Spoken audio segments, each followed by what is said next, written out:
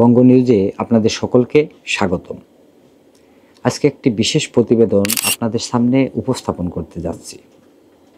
সেটা আপনারা ইতিমধ্যেই কিছুটা হলেও অনেকে অবগত হয়ে গেছেন যে সাবেক প্রধানমন্ত্রী শেখ হাসিনার ইতিমধ্যে কিন্তু ওনার যে সাজা সেটা কিন্তু কার্যকর হতে শুরু করেছে এবং এই 1 বছর পরে এসে ওনার প্রথম সাজা কার্যকর হলো। সেটা হলো যে 6 মাসের বিনাশ্রম কারাদণ্ড।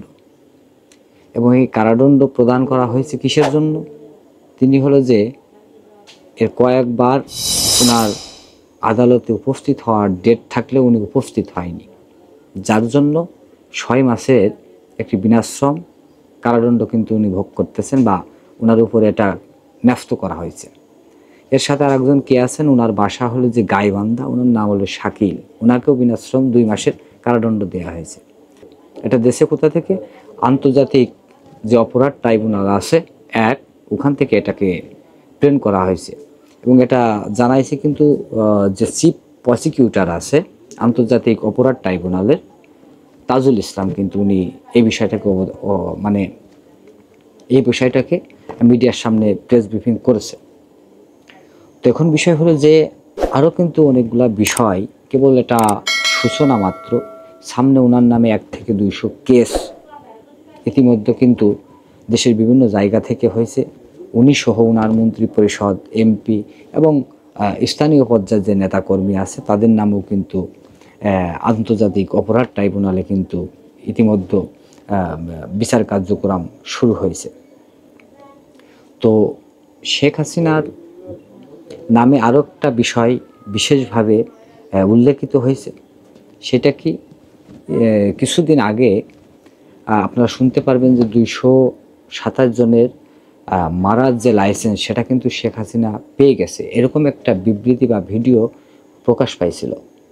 এখন এইটা যখন সাবেক প্রধানমন্ত্রীর মুখ থেকে এরকম একটা বিষয় যখন বের হয়, তখন ওই বিচার কার্যক্রম বা আন্তর্জাতিক অপরাধ ট্রাইব্যুনালের সাথে যারা সংযুক্ত, এনারা কারা? এটা সবাই হলো যে সরকারি লোক, কিন্তু এই সমস্ত কার্যক্রমের সাথে যারা যুক্ত। তো এই হুমকি যখন তাদের উপরে গেছে যে আমি 227 জনের মারার লাইসেন্স অটোমেটিক পেয়ে গেছি এবং ওদের বাড়িঘর ভাঙচুর থেকে শুরু করে নিয়ে এরকম কিছু কথা কিছুদিন আগে ভাইরাল হয়েছিল। এবং এটা এআই নির্মিত কি না সেটা কিন্তু ইতিমধ্যেই যে ফরেনসিক ডিপার্টমেন্ট বা এআই বিশেষজ্ঞ যারা আছে তারা কিন্তু ইতিমধ্যে এটা তদন্ত করেছে এবং সেখান থেকে ওনারা রায় প্রদান করেছে যে না, এটা রিয়েলি ওনার ভয়েস। এবং সেই জায়গা থেকে এই হুমকি ধামকি দিলে কিন্তু এই বিচার কার্যক্রম বাধাগ্রস্ত হতে পারে, যার ফলে এই হুমকিটাকেও অনেক বড় আমল এনেছে। কিন্তু যদি এই হুমকিটা পর্যায়ক্রমে চলতে থাকে তাহলে বিচার কার্যক্রমে সমস্যা হবে এবং যারা বিচার কার্যক্রমের সাথে সংশ্লিষ্ট তারা তাদের অবস্থান থেকে পিছিয়ে যাবে। এই নানামুখী জায়গা থেকে কিন্তু এই বিষয়টা আন্তর্জাতিক অপরাধ ট্রাইব্যুনাল বিষয়টা আমল এনেছে। নেওয়ার পরে কিন্তু এর উপরে এটা একটা কড়া পদক্ষেপ বলা যেতে পারে। দ্বিতীয় কি, এই যে সাজাটা, উনি তো আজ 1টা বছর দেশের বাইরে আছেন বা দেশ থেকে পলায়ে গেছেন। তো সেই জায়গা থেকে এই সাজাটা কিভাবে কার্যকর হবে? সাজাটা কার্যকর হবে উনি যখন দেশে ব্যাক করবেন, যেদিনই ব্যাক করবেন এবং আইনের হাতে উনি যেদিন ধরা দেবেন বা আইন প্রশাসন যখন ওনাকে ধরবে তখন থেকে এই সাজাটা কার্যক্রম কিন্তু শুরু হবে।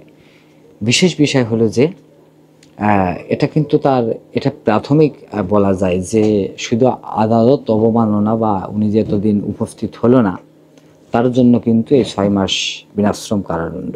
কিন্তু কথা হলো যে পরে যে 100-র অধিক ওনার নামে শুধু হত্যা মামলা আছে এবং গণঅভ্যুত্থানের মতন একটা জায়গার অসংখ্য গণহত্যার দায় কিন্তু রাষ্ট্র কর্তৃক, জনতা কর্তৃক ওনার উপরে দেওয়া আছে। সেই অবস্থান থেকে ওনার রাজনৈতিক কার্যকলাপ এবং সামনে ওনার ভবিষ্যৎ রাজনীতির যে দৃষ্টিভঙ্গি সেটা কতটা উনি বিস্তার করতে পারবেন এবং এই সমস্ত কিছু সামাল দেওয়ার পরে তার দলের নেতাকর্মী থেকে শুরু করে বিভিন্ন পর্যায়ের যে লোক আছে তারা কতটা অবকাঠামোভাবে শক্ত হতে পারবে সেটা কিন্তু একটা দেখার বিষয়। তারপরও বিশেষ একটি বিষয়, যেহেতু আমাদের ফেব্রুয়ারির দিকে নির্বাচনের একটা তারিখ কিন্তু ঘোষণা করা হয়েছে, সেই অবস্থান থেকে আওয়ামী লীগের যে অঙ্গ সংগঠন আছে তাদেরকে কিন্তু ইতিমধ্যে বিশেষ বিশেষ স্থানে ছোট্ট ছোট্ট ঝটিকা মিছিল কিন্তু দিতে দেখা যাচ্ছে। তো সর্বোপরি যেখানে নেতৃত্ব শূন্য থাকবে সেই অবস্থান থেকে একটা ভঙ্গুর দল কিভাবে, বা একটা ভঙ্গুর দল কিভাবে ঘুরে দাঁড়াবে সেটাই কিন্তু আজকে দেখার একটা বিষয় হয়ে উঠেছে। তো সুপ্রিয় দর্শক শ্রোতা, এই যে কেবল সাজা কার্যক্রম শুরু হয়েছে, এই সাজা কার্যক্রম চলমান থাকবে, সামনে আরও অনেক বড় বড় রায় আসছে। এই সমস্ত কিছু মিলায়ে সামনে নির্বাচন, সব কিছু মিলায়ে তার রাজনৈতিক কার্যক্রম, সামনের পথচলা এবং আওয়ামী লীগের ভবিষ্যৎ কী হতে পারে, সবাই আপনাদের অবস্থান থেকে একটি মতামত জানিয়ে যাবেন। এবং আমার এই ভিডিওটা যদি ভালো লেগে থাকে অবশ্যই লাইক, কমেন্ট এবং সাবস্ক্রাইব করে পাশে থাকবেন। আমার জায়গা থেকে আমি যতটা পারি অনেকগুলো সংবাদ মাধ্যম রিসার্চ করার পরে আমি আমার মতামত পোষণ করি বা এই প্রতিবেদনগুলো আমি তৈরি করি। ধন্যবাদ সকলকে।